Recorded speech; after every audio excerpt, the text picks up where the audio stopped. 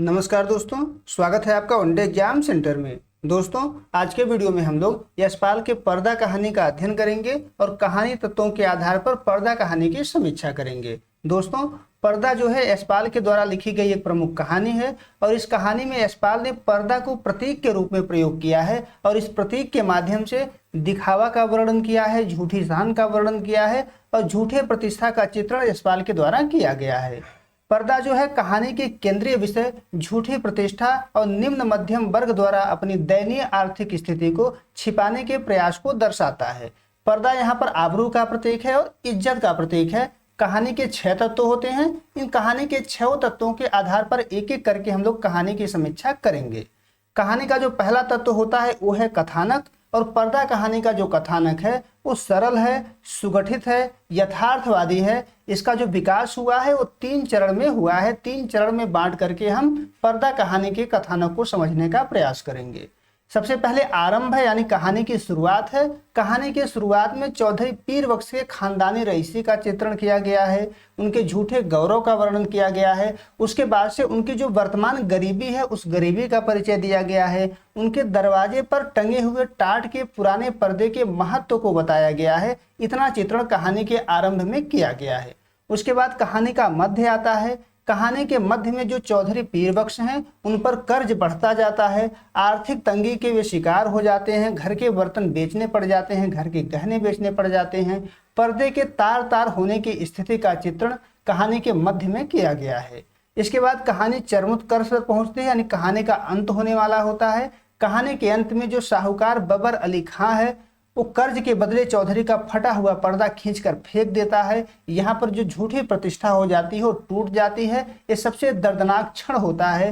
पर्दा हटने के बाद चौधरी का हृदय टूट जाता है और सदमे में निर्जीव सा पड़ जाता है। कहानी यहीं समाप्त हो जाती है और कहानी का कथानक भी यहीं पर समाप्त हो जाता है।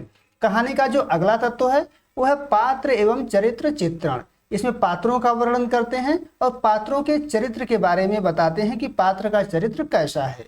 इस कहानी के जो पात्र हैं वो यथार्थवादी हैं और मनोवैज्ञानिक हैं। कहानी में 2 प्रमुख पात्र हैं। 2 पात्रों के अलावा भी पात्र हैं, लेकिन 2 पात्र सबसे प्रमुख हैं। एक का नाम है चौधरी पीर बख्श और दूसरे का नाम है बबर अली खां।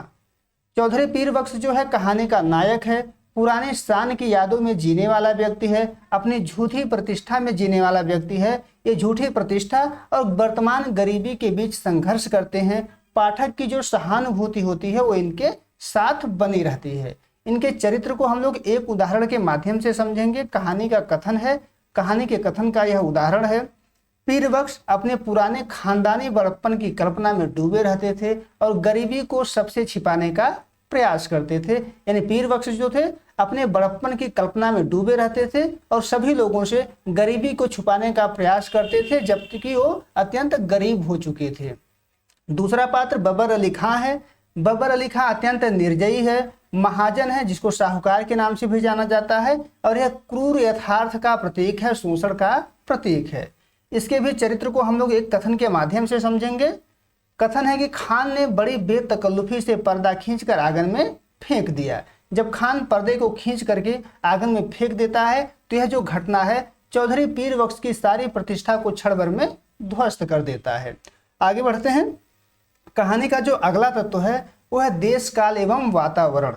कहानी का जो वातावरण है वो निम्न मध्यम वर्गीय बस्ती का है, जहां आसपास गरीब और कमीने लोगों की बस्तियां हैं। यह गरीबी और तंगहाली का वातावरण कहानी के तनाव और चौधरी की मानसिक व्यथा को अधिक प्रामाणिक बनाता है। वातावरण का एक उदाहरण हम लोग देख लेते हैं। कहानी का ही कथन है। लेखक ने लिखा है कि आसपास गरीब और कमीने लोगों की बस्ती थी।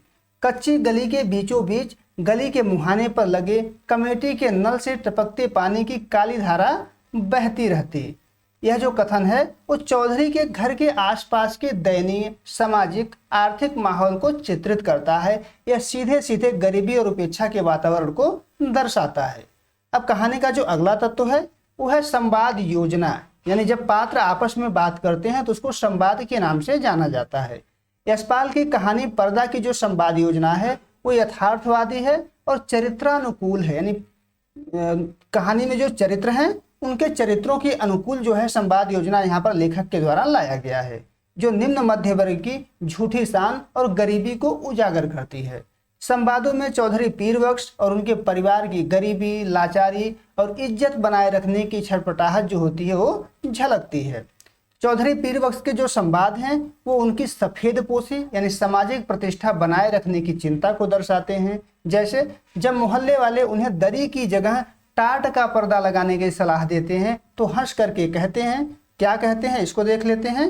वो कहते हैं कि होने दो, क्या है, हमारे यहाँ पक्की हवेली में भी ड्योढ़ी पर दरी का ही पर्दा रहता था। यह जो संवाद है उनकी वर्तमान गरीबी पर उनके खानदान के पुराने गौरव का पर्दा डालने का प्रयास किया जाता है इस कथन के माध्यम से। यानी कहने का आशय यह है कि चौधरी पीर बख्श गरीब हो चुके हैं और अपने गरीबी पर खानदानी पर्दा डाल रहे हैं।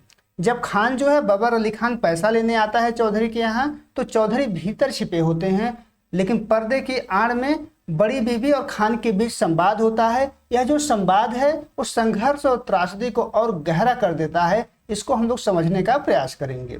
जो बड़ी बीबी है वो कहती है कि खुदा की कसम चौधरी बाहर गए हैं, रुपया लेने गए हैं। इसके बाद खान कहता है कि नई बदजात चोर भीतर में छिपा है, हम 4 घंटे में फिर आता है, रुपया लेकर जाएगा, रुपया नहीं देगा तो उसका खाल उतारकर बाजार में बेच देगा। यह जो संवाद है यह निम्न मध्यवर्गीय परिवार की बेबसी और बाहरी शोषण को दर्शाता है। ये संवाद कहानी के मूल विषय झूठी इज्जत का पर्दा को प्रभावी ढंग से स्थापित करते हैं, जो अंत में पर्दा हट जाने पर टूट जाता है। यानी जो ये झूठी इज्जत का पर्दा है वो धीरे धीरे कहानी का जब अंत होता है, पर्दा गिरता है तो सभी इज्जत का जो पर्दा होता है झूठा, ये टूट जाता है। कहानी का जो अगला तत्व है वो है भाषा शैली। कहानी की जो भाषा है वो सरल है, बोलचाल की खड़ी बोली है, जिसमें उर्दू के शब्दों का भी सहज प्रयोग किया गया है। जैसे आबरू शब्द का प्रयोग है, खानदान शब्द का प्रयोग है, रईसी शब्द का प्रयोग है, व्यथा शब्द का प्रयोग है। कहानी में प्रतीकात्मक भाषा का भी प्रयोग किया गया है, जिसको हम लोग एक उदाहरण के माध्यम से यहाँ पर समझने का प्रयास करेंगे। कहानी का कथन है कि वह फटा पुराना पर्दा केवल एक कपड़ा नहीं था, वह चौधरी के खानदान की झूठी इज्जत का ढोंग था। यानी यहाँ जो पर्दा है ये प्रतीक के रूप में प्रयोग किया गया है। यह लेखक का व्याख्यात्मक कथन है जो प्रतीक का अर्थ स्पष्ट करता है। अब भाषा के अलावा शैली देख लेते हैं।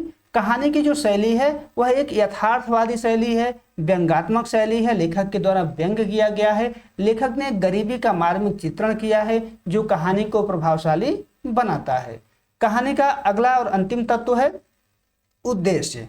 कहानी का मुख्य उद्देश्य है निम्न मध्यम वर्ग की मनोवृत्ति पर व्यंग करना, जिसके कारण वे अपनी दयनीय आर्थिक स्थिति को अपनी झूठी सामाजिक प्रतिष्ठा के पर्दे के पीछे छिपाने का प्रयास करते हैं। यानी जो निम्न मध्य वर्ग होता है वो गरीब होता है लेकिन अपनी प्रतिष्ठा को छिपाने का प्रयास करता है। कहानीकार के द्वारा इसी पर व्यंग किया गया है। यह कहानी सामाजिक विडंबना और आर्थिक विषमता को उजागर करता है। इसको एक उदाहरण के माध्यम से हम लोग समझेंगे। कहानी का कथन है, और जब वह पर्दा फट कर गिरा तो चौधरी की इज्जत ही नहीं, निम्न मध्यम वर्ग के बनावटी मान की आखिरी दीवार भी गिर गई। यह कथन कहानी के उद्देश्य और सामाजिक संदेश को दर्शाता है। झूठी प्रतिष्ठा नष्ट होने के बाद दिखावा का कोई अर्थ नहीं बचा। यानी जब झूठी प्रतिष्ठा नष्ट हो गई है तो दिखावा का कोई अर्थ नहीं बचता है और चौधरी पीर बख्श के द्वारा भी दोबारा पर्दा नहीं लगाया जाता है। यह वीडियो यहीं पर समाप्त हो जाता है। उम्मीद है दोस्तों आपको ये वीडियो पसंद आया होगा। अगर वीडियो अच्छी लगी तो चैनल को सब्सक्राइब कर दीजिए, वीडियो को लाइक और शेयर कर दीजिए। बहुत बहुत धन्यवाद।